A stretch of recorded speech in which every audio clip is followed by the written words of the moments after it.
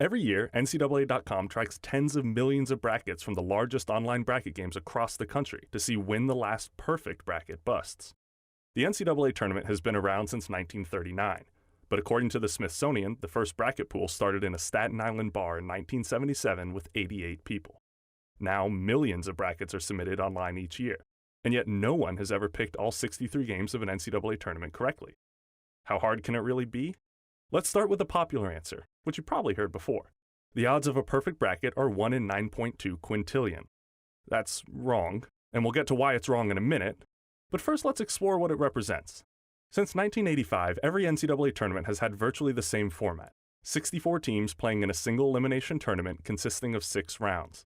Since only one team leaves the tournament undefeated as the champion, that gives us 63 games to predict in our bracket each year. So how does this affect your odds of a perfect bracket? Let's look at a hypothetical. If every team had exactly 50-50 odds of winning any particular game in the tournament, then it'd be fairly easy to calculate the odds of a perfect bracket. We just need to find the total number of possible bracket permutations.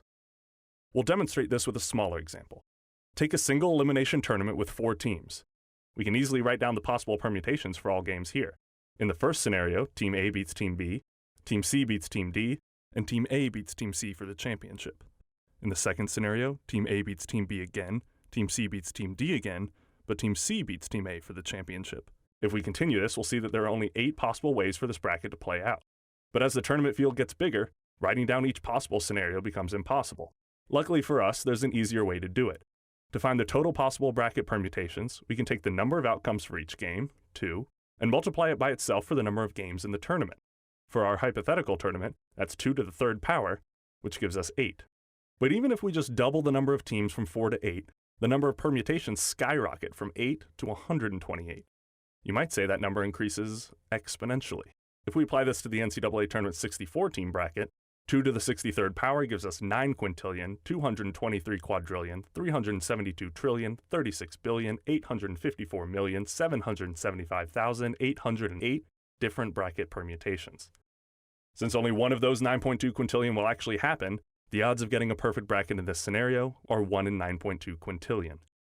How big is 9.2 quintillion? There are approximately 7.5 quintillion grains of sand on the Earth.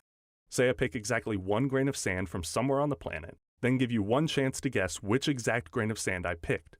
Your odds of guessing correctly on your first attempt are 23% better than picking a perfect bracket if all games have 50-50 odds. So yes, 1 in 9.2 quintillion odds is a fun concept, but it's obviously not an accurate representation of the real chances of getting a perfect bracket. For starters, games are very rarely close to 50-50 odds. Some teams are just better than others. Secondly, most people don't toss a coin to decide who they're going to pick in their brackets. They use a wide variety of information that can give them a much better idea of who might win a game. That type of basketball knowledge is pretty hard to quantify in an equation. Finally, there's a certain level of chaos to the madness. Statisticians have been trying for years to create models that can predict NCAA tournament games, and every one of them has hit a ceiling at around 75% accuracy. But with all this in mind, there are ways to get a more accurate representation of the odds. For the first, we'll take advantage of the most basic picking strategy that gets rid of complete chance and uses the minimum amount of information available: seeding. If you simply pick the better seeded team to win every game, and every game of next year's tournament followed the historical probability of each seed winning, what are your odds of getting a perfect bracket? Well, 1 seeds have won against 16 seeds 135 out of 136 times. That matchup happens 4 times, so we'll take 135 over 136 to the 4th power. We'll continue this for all first-round matchups.